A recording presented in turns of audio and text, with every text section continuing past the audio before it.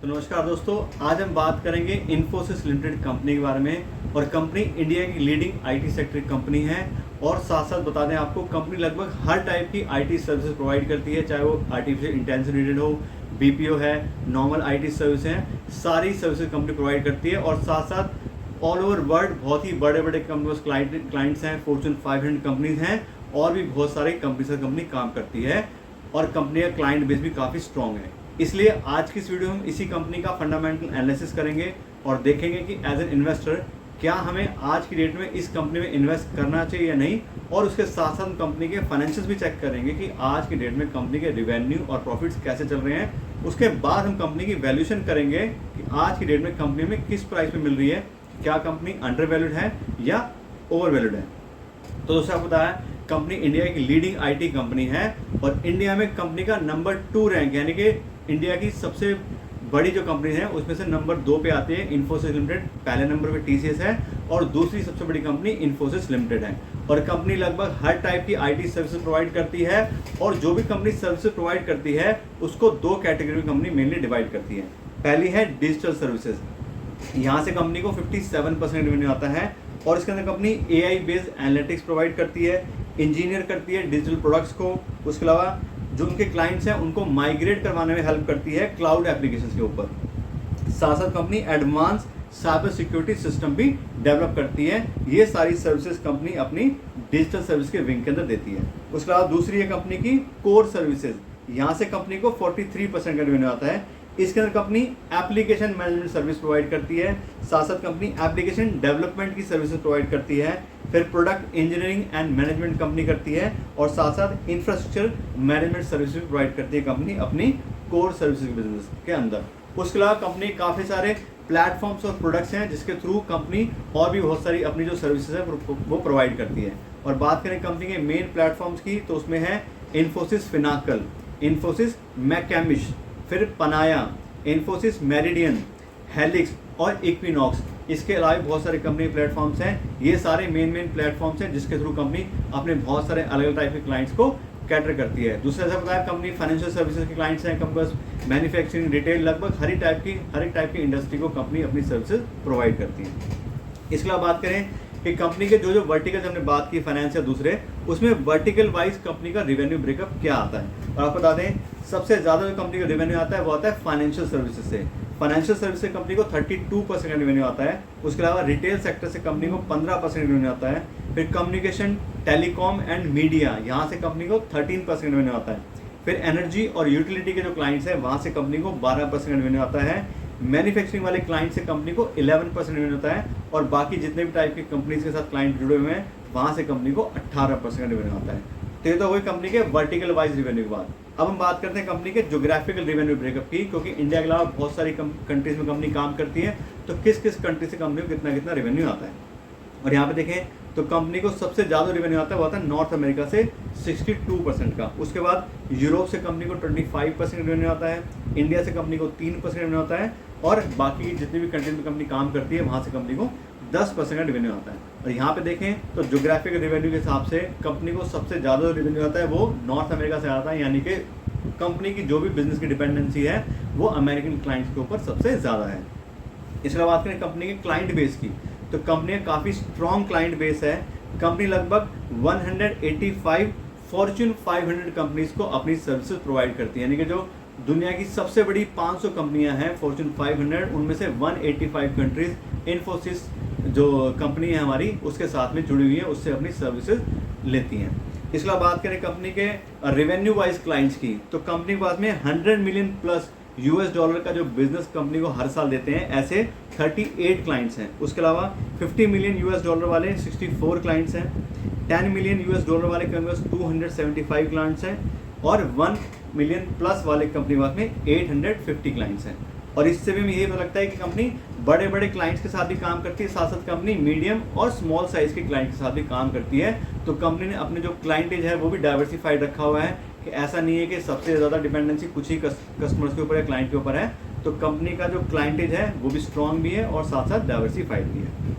इसके अलावा हम बात करें कंपनी के मेन क्लाइंट्स की, कौन कौन से मेन क्लाइंट हैं या बड़े बड़े क्लाइंट कौन से हैं, तो कंपनी के पास है ICICI बैंक, मर्सिडीज बेंज, उसके अलावा HSBC बैंक, गोल्डमैन सैक्स, Accenture, US army, US navy और IBM कॉरपोरेशन, ये सारे जो मैंने नाम लिए हैं बहुत ही बड़ी बड़ी और स्ट्रॉन्ग कंपनियां हैं और ये सारी कंपनियां इन्फोसिस लिमिटेड के साथ अपना बिजनेस करती हैं, उनसे अपनी सर्विसेज लेती हैं और ये भी काफ़ी स्ट्रॉन्ग साइन है कि कंपनी अच्छी है, कंपनी की सर्विस अच्छी है, इसीलिए इतनी बड़ी बड़ी कंपनियां जो हैं वो इन्फोसिस से अपना काम करवाते हैं, उनसे सर्विसेज लेते हैं। तो इस तरह से हम देखें तो बिजनेस वाइज हमने देख लिया कंपनी क्लाइंटेज काफ़ी अच्छी है, कंपनी की मार्केट पोजीशन भी अच्छी है और साथ साथ कंपनी के सारे ही काम करती है, सारे ही प्लेटफॉर्म्स हैं और लगभग सारे ही वर्टिकल में कंपनी काम करती है और जिन भी वर्टिकल में काम करती है सारी वर्टिकल से कंपनी को रेवेन्यू ब्रेकअप भी अच्छा खासा मिलता है। तो इस तरह से कुल मिला के बिल्कुल कह सकते हैं कि बिजनेस वाइज बहुत ही स्ट्रॉन्ग ये कंपनी है। उसके बाद दोस्तों आपको बता दें, अगर किसी भी कंपनी के बारे में आप खुद से जानना चाहते हैं कि कंपनी कैसी है या उसकी जो कोर डिटेल्स हैं, कंपनी का फ्यूचर क्या है, उसके लिए मैं आपको बताता हूँ कंपनी हर साल जो अपनी एनुअल रिपोर्ट्स प्रोवाइड करती है, तो एनुअल रिपोर्ट तो बहुत बड़ी होती है, उसको पढ़ने में कई बार बहुत ज़्यादा टाइम लग जाता है, तो आप उसकी जगह एनुअल रिपोर्ट का एक पार्ट होता है, उसको बोलते हैं management discussion and analysis report. ये अलग से उसमें मेंशन किया होता है कि MDR कितने नंबर पे है। आप इस सिर्फ MDR को पढ़ लेंगे तो कंपनी के बारे में आपको बहुत अच्छे से नॉलेज मिल जाएगी। इस MDR के अंदर मैनेजमेंट डिस्कशन करती है कि उनकी कंपनी का क्या फ्यूचर है, कंपनी क्या स्ट्रेंथ है, कंपनी को क्या आने वाले टाइम में कंपटीशन आ सकता है, क्या चीज़ें हैं, सारा ही कुछ इस रिपोर्ट में डिस्कस होता है और बहुत ज़्यादा बड़ी रिपोर्ट भी नहीं होती है। इसके अंदर मैक्रो इकोनॉमिक्स, माइक्रो इकोनॉमिक्स सारी ही चीज़ें उसमें डिफाइन होती है। और अगर आप जानना चाहते हैं डिटेल में कि MDR होती क्या है, मैनेजमेंट डिस्कशन रिपोर्ट होती क्या है, तो मैंने अपने चैनल पे एक वीडियो बनाई हुई है, उसका लिंक मैं आपको डाल दूंगा, आप उसको भी देख सकते हैं कि MDR होती क्या है और क्यों हमें इस रिपोर्ट को पढ़ना चाहिए। तो उस हिसाब से आपसे कह रहा हूँ कि अगर आप खुद भी डिटेल लेना चाहते हैं तो आप इसका सहारा लेके बहुत अच्छे से डिटेल ले सकते हैं। तो दोस्तों अभी तक तो बात हो गई कंपनी के बिजनेस मॉडल के बारे में और कंपनी के मार्केट पोजीशन के बारे में। अब हम बात करें कंपनी के फाइनेंशियल्स के बारे में कि आज की डेट में कंपनी के रेवेन्यू और प्रॉफिट्स कैसे चल रहे हैं, जिससे हमें कंपनी के बारे में डिटेल नॉलेज मिल सके। और हम आपको बता दें कि हम किसी भी कंपनी का फाइनेंशियल एनालिसिस करने के लिए कम से कम पिछले 5 साल का डेटा यूज़ करते हैं, जिससे हमें सारी डिटेल अच्छे से पता लग सके कि कंपनी का पास्ट रिकॉर्ड कैसा है और उसी के हिसाब से थोड़ा बहुत हम आइडिया फ्यूचर के हिसाब से लगा सकते हैं। और यहाँ पे पिछले 5 साल अगर हम डेटा देखें तो सबसे पहले पैरामीटर हम चेक करते हैं होता है रिवेन्यू। और रिवेन्यू से हमें ये पता लगता है कि रिवेन्यू सेल्स का मतलब क्या है कि अगर कंपनी के रिवेन्यू सेल्स इंक्रीज हो रहे हैं, इसका मतलब कंपनी अच्छे से मार्केट पोजीशन अपनी इंक्रीज कर रही है, कंपनी का बिजनेस अच्छा चल रहा है। और यहाँ पे देखें तो 2018 में जो कंपनी के रेवेन्यू थे ये थे 70,500 करोड़ रुपये, जो कि 2022 में काफ़ी अच्छे से इंक्रीज हो गए 1,21,000 करोड़ रुपये के आगे हैं। तो इस समय क्लियरली ये पता लगता है कि कंपनी में साल दर साल ग्रोथ आ रही है, क्योंकि 70,000 फिर 82,000 फिर 90,000 फिर 1,00,000 करोड़ और अब 2022 में 1,21,000 करोड़। तो हमें हर साल कंपनी के अंदर जो ग्रोथ है वो दिखाई दे रही है और ये काफ़ी अच्छा साइन है। इसके बाद बात करें अगले पैरामीटर की, तो अगला हमारा पैरामीटर है ऑपरेटिंग प्रॉफिट मार्जिन। और अगर किसी भी कंपनी का ऑपरेटिंग प्रॉफिट मार्जिन अच्छा होता है तो उसमें यही क्लियरली पता लगता है कंपनी के बारे में कि कंपनी अपनी जो भी कॉस्ट है उसको काफ़ी अच्छे से मैनेज कर पा रही है, साथ साथ अपनी जो प्राइसिंग है, जो प्रोडक्ट या सर्विसेज बेच रही है उसका प्राइस भी कॉम्पिटिटिव के हिसाब से रख पा रही है, इसीलिए कंपनी को अच्छे ऑपरेटिंग प्रॉफिट मार्जिन मिल रहे हैं। और यहाँ पे देखें तो पिछले 5 साल से कंपनी को 26%, 27%, 25% का काफ़ी हेल्दी जो है इंडस्ट्री के हिसाब से ऑपरेटिंग प्रॉफिट मार्जिन मेंटेन कर रही है। तो इससे हमें यह पता लगता है कंपनी अपनी प्राइसिंग और कॉस्ट को काफ़ी अच्छे से मैनेज कर पा रही है और ये भी इस कंपनी के हिसाब से काफ़ी पॉजिटिव पॉइंट है।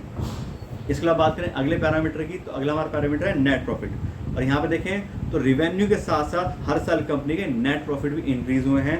2018 में 16,000 करोड़ रुपए और 2022 में पहुंच गए 22,000 करोड़ रुपए। इससे भी हमें यही पता लगता है कि अपने रिवेन्यूज़ को कंपनी अच्छे से जो है वो प्रॉफिट्स में भी कन्वर्ट कर पा रही है, यानी कंपनी टॉप लाइन से लेके बॉटम लाइन तक सारे ही पैरामीटर पे अच्छा काम कर रही है। इसके बाद बात करें कंपनी के अर्निंग पर शेयर की, तो आप अर्निंग पर शेयर भी देखोगे तो इससे भी ऐड लग जाता है कंपनी के अंदर काफ़ी अच्छी ग्रोथ है ये प्रॉफिट की। 2018 के अंदर जो कंपनी की अर्निंग पर शेयर थी वो थी लगभग 36 रुपये 70 पैसे और अब ये 2022 में बढ़ के हो गई है 52 रुपये 56 पैसे। तो ये भी काफ़ी अच्छा साइन है जिन लोगों ने पहले से कंपनी के शेयर्स होल्ड किए हुए हैं उनके लिए भी।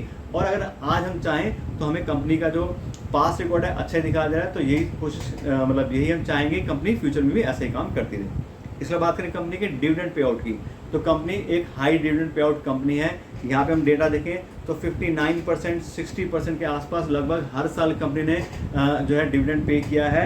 इससे हमें यह पता लगता है कि कंपनी जो है एक कैश रिच कंपनी है कि कंपनी के बिजनेस से उनको पैसा बचता है, उसके बाद वो डिविडेंड पे कर रहे हैं और साथ साथ ग्रो भी कर रहे हैं कंपनी को। तो ये एक बहुत ही पॉजिटिव साइन है कि कंपनी के रिवेन्यू में भी ग्रोथ आ रही है और साथ साथ कंपनी जो अपना बिजनेस बढ़ा रही है और साथ जो पैसा उनको बचता है वो उसके थ्रू डिविडेंड भी पे कर पा रही है। साथ साथ ये उन लोगों के लिए भी काफ़ी अच्छा है जो ऐसी कंपनी में इन्वेस्ट करना चाह रहे हैं जो हर साल डिविडेंड दे और उनको कुछ इनकम डिविडेंड से भी साथ साथ होती रहे। इसके बाद बात करें कुछ कंपनी के की रेशियो के CAGR यानी कंपाउंडेड एनुअल ग्रोथ रेट की। तो पिछले 5 साल में जो है कंपनी की सेल्स ग्रोथ की हम बात करें तो पिछले 5 साल में कंपनी का जो सेल्स ग्रोथ है वो आ रहा है 12% के CAGR से, और ये काफ़ी अच्छा नंबर है कि डबल डिजिट में कंपनी की सेल्स में ग्रोथ आई है। उसके बाद करें कंपनी की कंपाउंडेड प्रॉफिट ग्रोथ की तो 9 साल में कंपनी ने पिछले 5 साल में कंपनी ने 9% के CAGR से प्रॉफिट में ग्रोथ दिखाई है और ये भी काफ़ी अच्छा नंबर है। उसके बाद करें कंपनी के स्टॉक प्राइस के CAGR की तो पिछले 5 साल में कंपनी का जो स्टॉक प्राइस है वो 28% के काफ़ी अच्छे नंबर से इंक्रीज हुआ है। इसके बाद करें अगले पैरामीटर की जिसमें कंपनी को चेक करते हैं तो है डेट बाय इक्विटी रेशियो। और डेट बाय इक्विटी रेशियो एक ऐसा इंपॉर्टेंट रेशियो है जो हमें हर एक कंपनी का चेक करना चाहिए, चाहे कितनी भी अच्छी कंपनी हो, कितना ही प्रॉफिट हो, जो भी हो। डेट बाय इक्विटी रेशियो से हमें ये पता लगता है कि कंपनी ने जो भी अपना बिजनेस कर रही है उसमें अपना कितना पैसा इन्वेस्ट किया हुआ है और लोन ले कितना पैसा इन्वेस्ट किया है। अगर कोई भी कंपनी ज़्यादा लोन लेती है तो उसमें रिस्क इंक्रीज होता है क्योंकि एक तो कंपनी को इंटरेस्ट पेमेंट करना पड़ता है, दूसरा अगर कभी कंपनी का बिजनेस खराब हो गया और कंपनी टाइमली इंटरेस्ट पेमेंट नहीं कर पाई, या लोन जो लिया था उसकी टाइमली रीपेमेंट नहीं कर पाई तो कंपनी बहुत ज़्यादा प्रॉब्लम में आ सकती है। तो इसलिए हाई डेट का मतलब होता है हाई रिस्क। लेकिन बात करें इन्फोसिस की तो इन्फोसिस का जो डेट बाय इक्विटी रेशियो आ रहा है वो आ रहा है 0.08, यानी कि 100 रुपये अगर आपने लगाए हैं तो सिर्फ 8 रुपये कंपनी ने लोन लिया हुआ है और कोई खास लोन नहीं है। कोई भी खास कंपनी को ना तो इंटरेस्ट की पेमेंट जल्दी से कोई प्रॉब्लम आने वाली है, ना ही रीपेमेंट कंपनी को कोई प्रॉब्लम आने वाली है।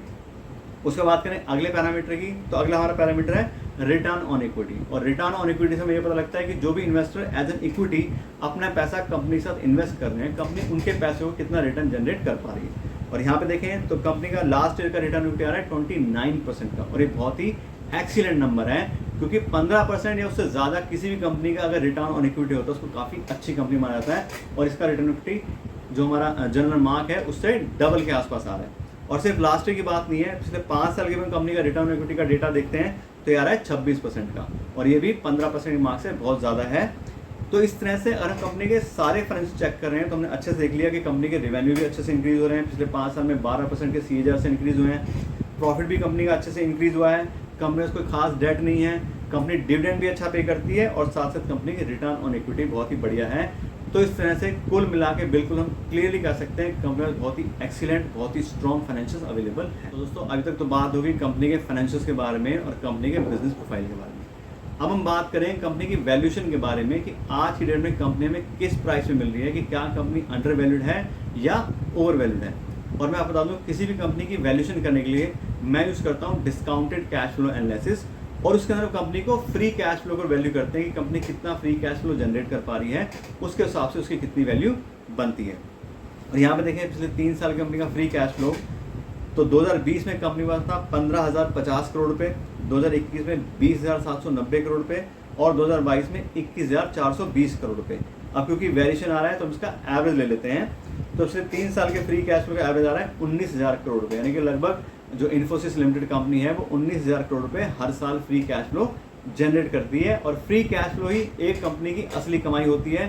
फ्री कैश फ्लो मतलब क्या है कि वो पैसा जो एक इन्वेस्टर या एक ओनर अपने घर लेके जा सकता है वो फ्रीली अवेलेबल है। अब बिजनेस को उस पैसे की ज़रूरत नहीं है, जो भी खर्चे होने थे कैपिटल के या वर्किंग कैपिटल या कैपिटल एक्सपेंडिचर सब के सब हो चुके हैं।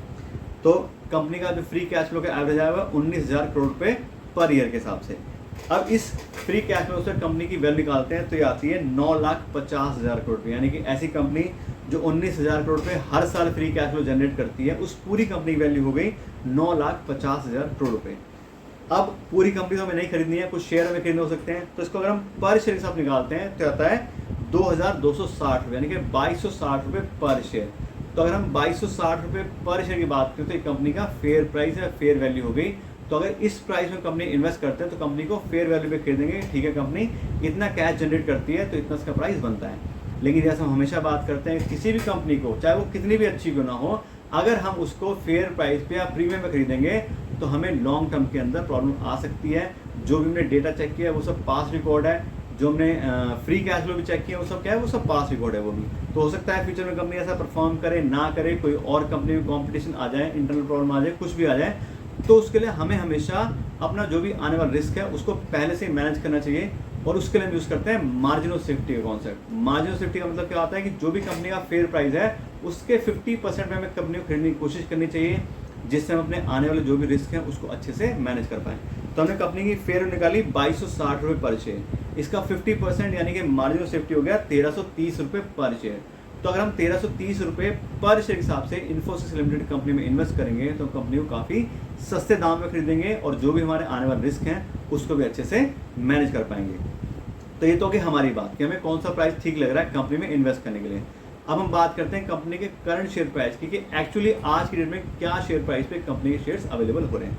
तो आपको बता दें आज की डेट में कंपनी का जो शेयर प्राइस आ रहा है वो आ रहा है 1512 रुपये पर शेयर, यानी कि जो हमने फेयर वैल्यू निकाली थी 2260 रुपये, उससे काफ़ी कम प्राइस पे आज की डेट में कंपनी अवेलेबल है, लेकिन मार्जिन ऑफ सेफ्टी थोड़ा सा अभी भी ज़्यादा है। अगर हम परसेंटेज वाइज देखें तो कंपनी अपने फेयर वैल्यू के 67% पे अवेलेबल है, यानी कि 50% का मार्जिन ऑफ सेफ्टी तो नहीं मिल रहा, लेकिन 33% का मार्जिन ऑफ सेफ्टी हमें मिल रहा है, यानी कि 33% डिक्लाइन या डिस्काउंट आज की डेट में कंपनी के फेयर प्राइस पे अवेलेबल है। तो इस वैल्यूएशन को चेक करके बिल्कुल हम क्लियरली कह सकते हैं कंपनी अंडर वैल्यूड है, जबकि हमने देख लिया कंपनी इंडिया की सबसे बड़ी कंपनी में से एक है, नंबर 2 रैंक होल्ड करती है, कंपनी के पास बहुत ही अच्छे अच्छे क्लाइंट्स हैं, कंपनी की मार्केट पोजीशन अच्छी है, फिर भी हमें कंपनी आज की डेट में काफ़ी सस्ते दामों पे मिल रही है। लेकिन वही बात है, कंपनी चाहे अंडर वैल्यूड है जो भी है, उसका मतलब ये नहीं है कि हम कंपनी में इन्वेस्ट करना ही करना है। आप अपने हिसाब से देखिए आपका क्या रिस्क प्रोफाइल है, कंपनी का क्या रिस्क प्रोफाइल है, कोई और ऐसी चीज़ जो हमसे छूट गई है आप उसको चेक कीजिए, फिर आप डिसाइड कीजिए कि आपको कंपनी के साथ इन्वेस्ट करना है या नहीं करना है, या किस प्राइस पे करना है। दूसरा, आप किसी भी फाइनेंशियल एडवाइजर के साथ आप जुड़े हैं या स्टॉक ब्रोकर के साथ आप बात करते हैं तो उनसे भी आप सलाह ले सकते हैं, और फिर आप अपना रिस्क प्रोफाइल चेक करके आप डिसाइड कीजिए कि आपको आगे क्या करना है।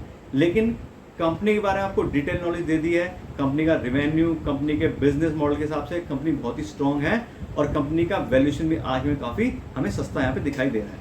तो इस तरह से आशा करते हैं आपको वीडियो अच्छी लगी होगी। अगर आपको वीडियो अच्छी लगी हो तो इसको लाइक और शेयर जरूर कीजिएगा, और मेरे चैनल को भी सब्सक्राइब कर लीजिएगा। Thank you so much.